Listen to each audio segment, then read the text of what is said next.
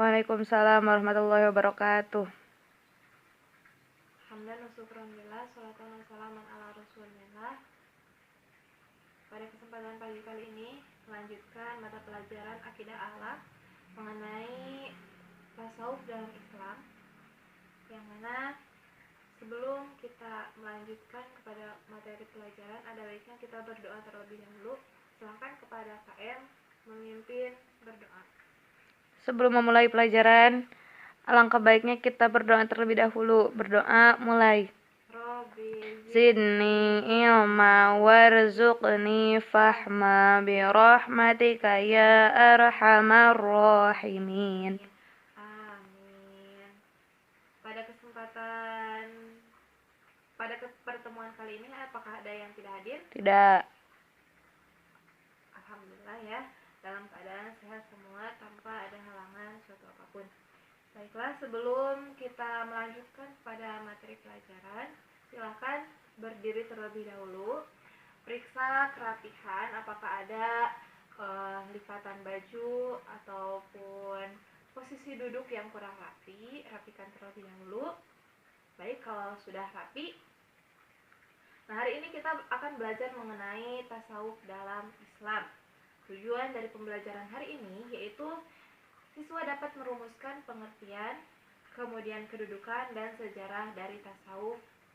Kemudian yang kedua, siswa dapat menjelaskan fungsi tasawuf dalam kehidupan sehari-hari. Sebelum mempelajari tasawuf, apakah kalian telah terbiasa atau masih asing dengan kata tasawuf? Asing. Nah, tasawuf itu secara etimologi bisa dirumuskan berasal dari bahasa yang dikonotasikan dengan ahlus sufah. Apa itu ahlus sufah? Ahlus sufah itu sekelompok orang di masa Rasulullah yang hidupnya itu banyak berdiam di serambi masjid, dan mereka mengabdikan hidupnya untuk beribadah kepada Allah Subhanahu wa Ta'ala. Kemudian pengertian tasawuf menurut secara istilah dari rumusan para ahli, yang pertama dirumuskan oleh Asy-Syaikh Abu Al-Qasim Al-Junaidi Al-Baghdadi. Menurutnya tasawuf itu adalah kejernihan hubungan antara seorang hamba dengan Rabb-nya yang pangkalnya untuk menjauhkan diri dari kegiatan dunia. Yang kedua, menurut Al-Junairi, tasawuf adalah memasuki segala budi atau akhlak yang bersifat sunni dan keluar dari budi pekerti yang rendah. Selanjutnya, Amir bin Utsman Al-Makki merumuskan bahwasannya tasawuf itu adalah seorang hamba yang setiap waktunya mengambil waktu yang utama. Sedangkan menurut Muhammad Ali Al-Qasab, tasawuf adalah akhlak mulia di tengah-tengah kaum mulia. Dari pengertian tersebut bisa disimpulkan bahwasannya tasawuf itu adalah ilmu untuk mengetahui bagaimana cara menyucikan jiwa, yang mana jiwa kita itu misalnya kotor dari penyakit-penyakit hati, sehingga cara menyucikannya itu dengan kita mendekatkan diri kepada Allah, menjauhi penyakit-penyakit hati seperti riya, sombong, kemudian menggantinya dengan sifat-sifat yang suci seperti tawakal, juhud. Nah, kemudian menjernihkan akhlak, yang mana akhlak dalam berhubungan dengan sesama teman, dalam keluarga, kemudian dalam pergaulan, sehingga membangun zahir dan batin untuk memperoleh kebahagiaan yang abadi. Nah, salah satu dari kedudukan tasawuf itu misalnya juhud. Juhud itu lebih mengutamakan kehidupan untuk kehidupan akhirat dibanding dengan kehidupan dunia, sehingga dapat memperoleh kebahagiaan yang abadi, sebab kebahagiaan yang abadi itu hanya ada di akhirat. Kemudian tasawuf juga dapat diartikan sebagai gerakan juhud. Juhud itu menjauhkan diri dari keduniaan. Dan dalam perkembangannya melahirkan tradisi mistisme dalam Islam. Nah, banyak tokoh-tokoh yang kita yang familiar akan tasawufnya seperti Siti Robi'ah Adawiyah, kemudian ada Hasan Al-Bisri. Nah, mereka itu merupakan tokoh tasawuf yang terkenal. Misalnya Siti Robi'ah Adawiyah dengan sifat yang beliau itu menyebutkan bahwasannya tidak ada selain Allah. Setiap yang ada, yang dapat dilihat, yang dapat kita rasakan itu adalah Allah. Saking beliau itu dekat-dekatnya dengan Allah. Beliau berada di makom yang tinggi. Kemudian setelah dirumuskan atau setelah dijelaskan dari pengertian tasawuf tadi, apakah ada yang ditanyakan? Tidak ada. Ya. Kemudian kita lanjutkan ke materi selanjutnya, yakni kedudukan tasawuf dalam Islam. Baik, kedudukan tasawuf dalam Islam ini tidak akan saya jelaskan, tapi akan dijelaskan oleh Pak Lutfi, kemudian oleh materi selanjutnya oleh Bu Lilis. Assalamualaikum warahmatullahi wabarakatuh. Selanjutnya materi yang saya akan sampaikan yaitu tentang maqamat tasawuf. Yang mana tasawuf adalah sebuah fenomena dalam Islam yang memusatkan perhatian kepada pembersihan ruh jasmani manusia yang menimbulkan akhlak yang mulia. Tasawuflah manusia ataupun orang-orang dapat mengetahui cara-cara melakukan pembersihan diri dan mengamalkan secara benar. Nah, sekarang kita masuk pembahasan, yaitu maqamat tasawuf.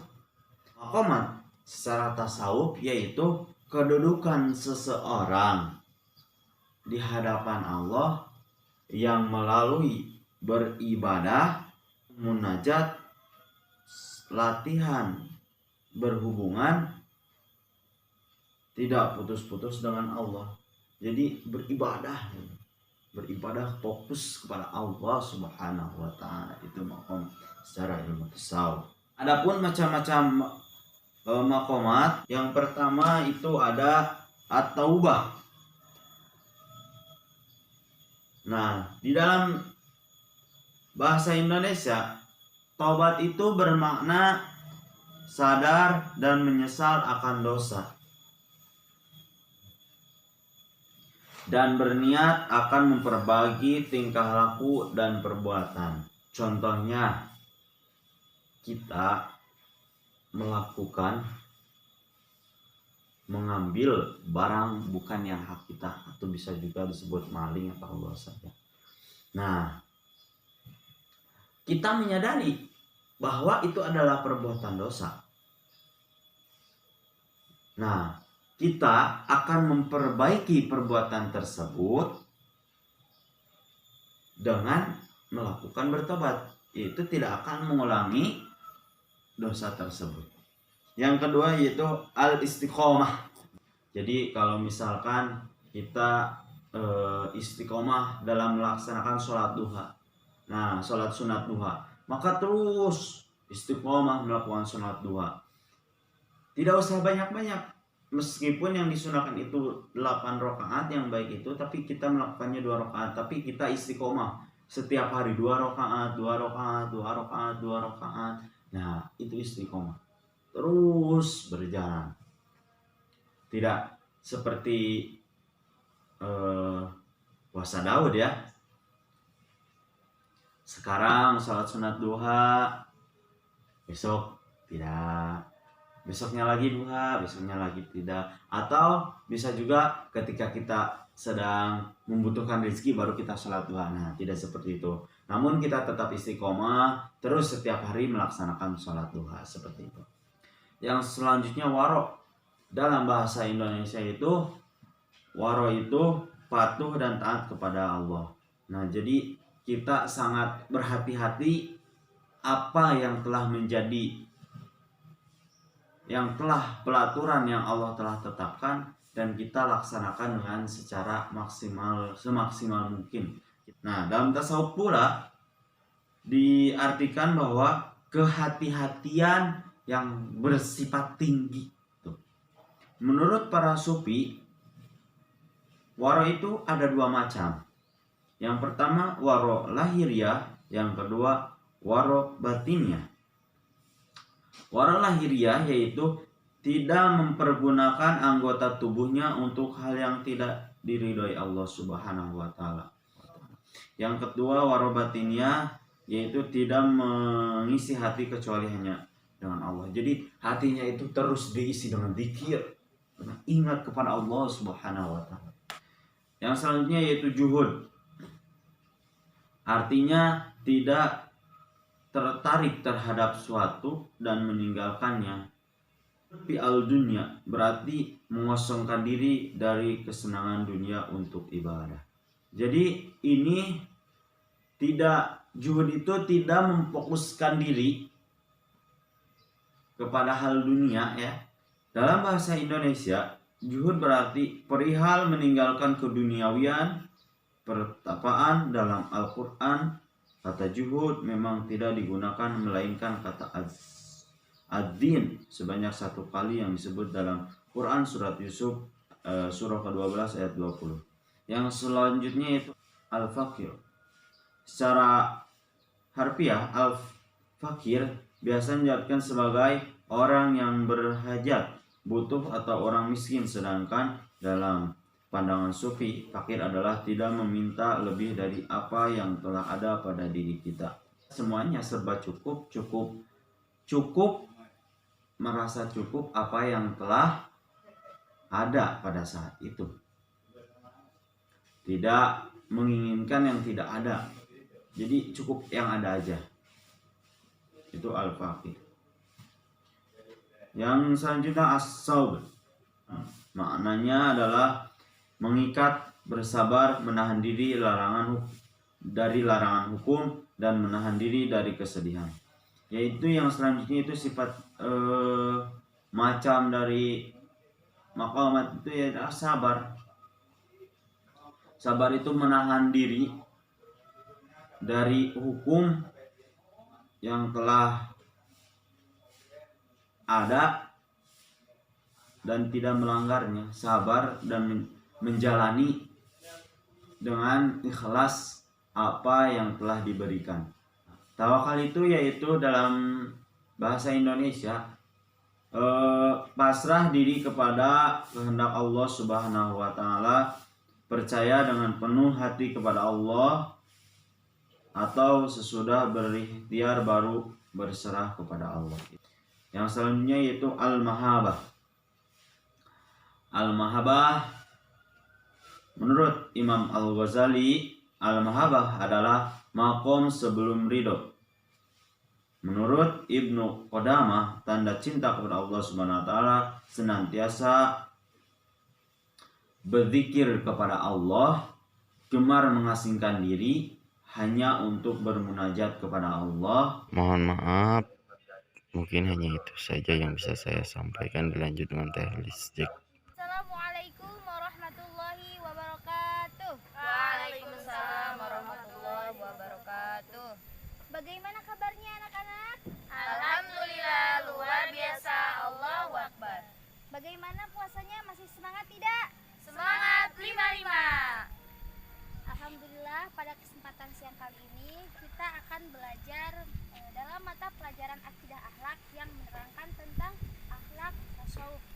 Nah, untuk bab subnya di sini ibu akan menjelaskan mengenai sejarah datangnya tasawuf yang berasal dari Nabi Muhammad SAW beserta para sahabatnya dan fungsi tasawuf dalam kehidupan.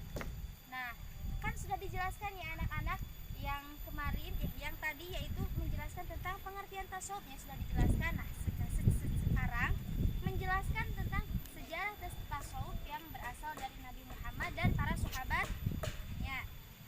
Nah, sejarah tasawuf muncul bisa dilihat dari bagaimana tasawuf muncul dari peradaban Islam. Nah, itu bisa dijadikan dasar argumentasi bagaimana tasawuf muncul, yaitu ketika Islam itu muncul sendiri, yaitu sejak zaman Nabi Muhammad SAW. Nah, pengkajian istilah tasawuf ini bukan hanya ketika sebuah tasawuf ini menjadi sebuah ilmu, tetapi ini akhlak tasawuf ini sudah berlangsung sejak zaman Rasulullah SAW.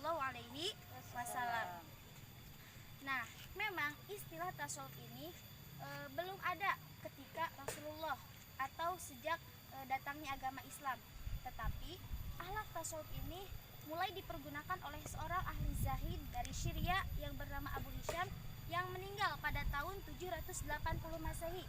Tanggal berapa meninggalnya? 780 Masehi. Nah, dia membuat sebuah padepokan yang bernama Taqiyya. Nah, di situ perkumpulan ahli-ahli sufi. Dan ada juga tokoh dari ahli tasawuf yaitu Uwais Al-Qarni yang mengadakan sebuah pertemuan pertama ahli-ahli sufi pada zaman Rasulullah SAW. Jadi tasawuf itu sendiri muncul sejak zaman Rasulullah SAW bersama sahabat, karena dilihat bagaimana kehidupan Rasulullah SAW yang mencerminkan akhlak-akhlak ahli sufi. Contohnya Rasulullah mempunyai sifat zuhud, yaitu menjauhkan diri dari kemewahan dunia atau tidak berlebih-lebihan dalam menggunakan kehidupan. Juga zuhud itu sudah ada di dalam Al-Quran, dijelaskan ya. Lalu juga qanaah, jujur, tawakal dan sebagainya, itu merupakan sifat-sifat dan akhlak tasawuf.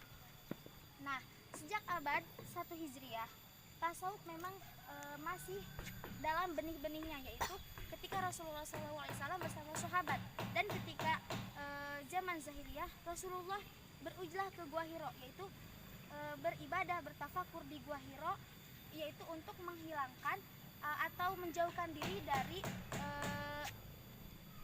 agama orang-orang, yaitu pada zaman jahiliyah, yaitu ketika yaitu pada musim-musimnya semua mencari keinginan harta dunia, yaitu Rasulullah berujlah yaitu untuk menjauhkan diri dari hingar-bingar penduduk Arab jahiliyah. Nah, Rasulullah sendiri ditanya oleh Siti Aisyah, "Ya Rasulullah, kenapa engkau melakukan seperti itu sedangkan Allah selalu mengampuni dosamu?" Lalu Rasulullah menjawab, "Ya Aisyah, apakah engkau tidak ingin aku bersyukur atas nikmat Allah?"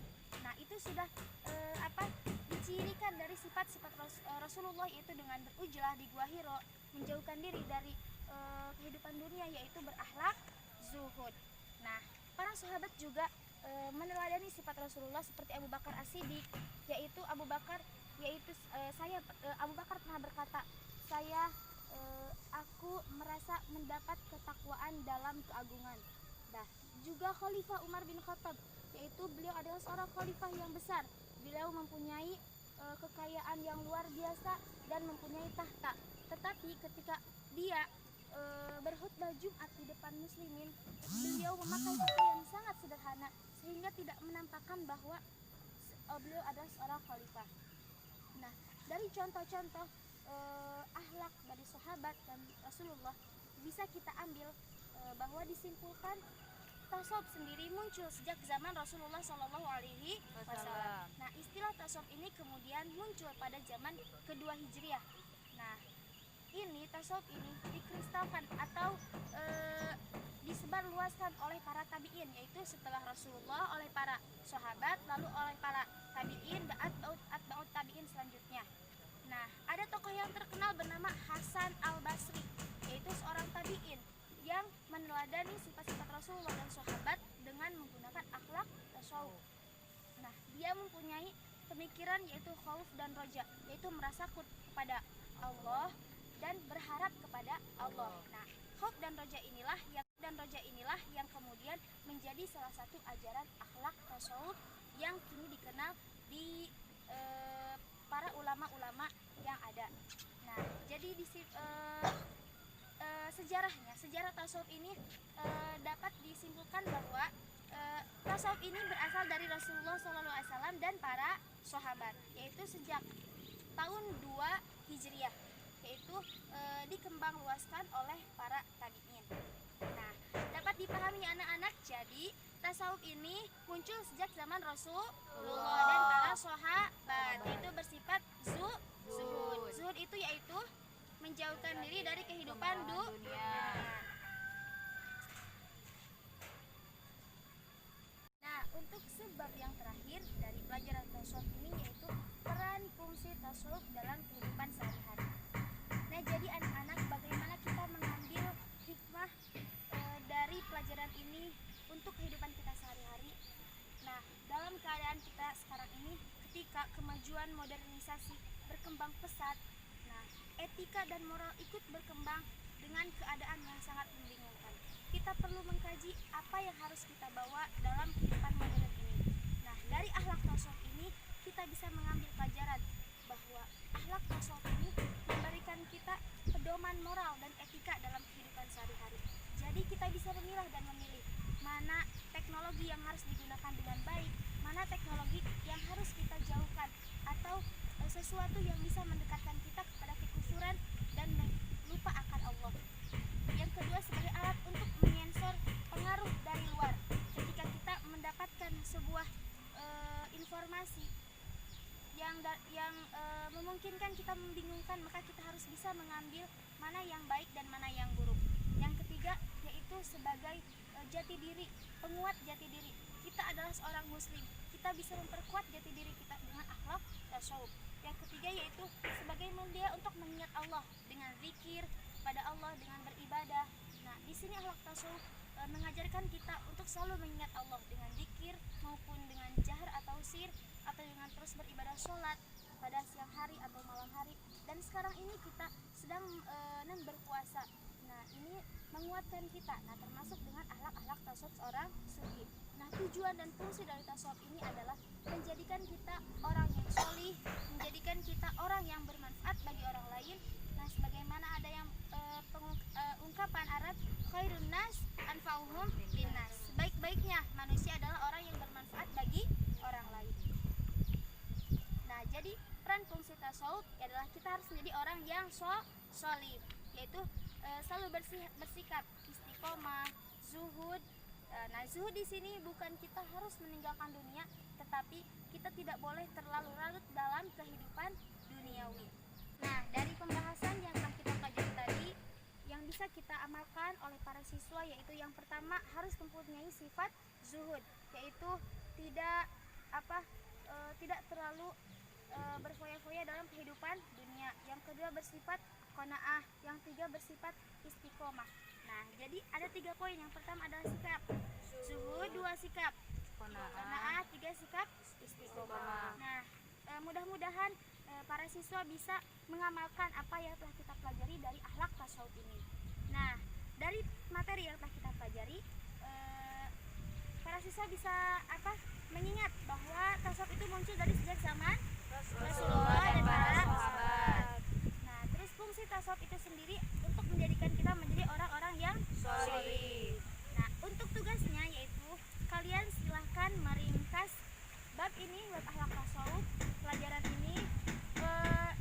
Diringkas apa yang kalian ingat, dan jangan meringkas hanya sedikit. Jadi sesuai yang kalian pikirkan, jangan sama dengan teman-teman yang lain. Nah, tugasnya bisa dikumpulkan minggu depan. Dari pelajaran ini semoga ada banyak manfaatnya. Sekian dari Ibu, selamat siang. Selamat untuk menahan puasa dari segala godaan-godaan. Wassalamualaikum warahmatullahi wabarakatuh. Waalaikumsalam.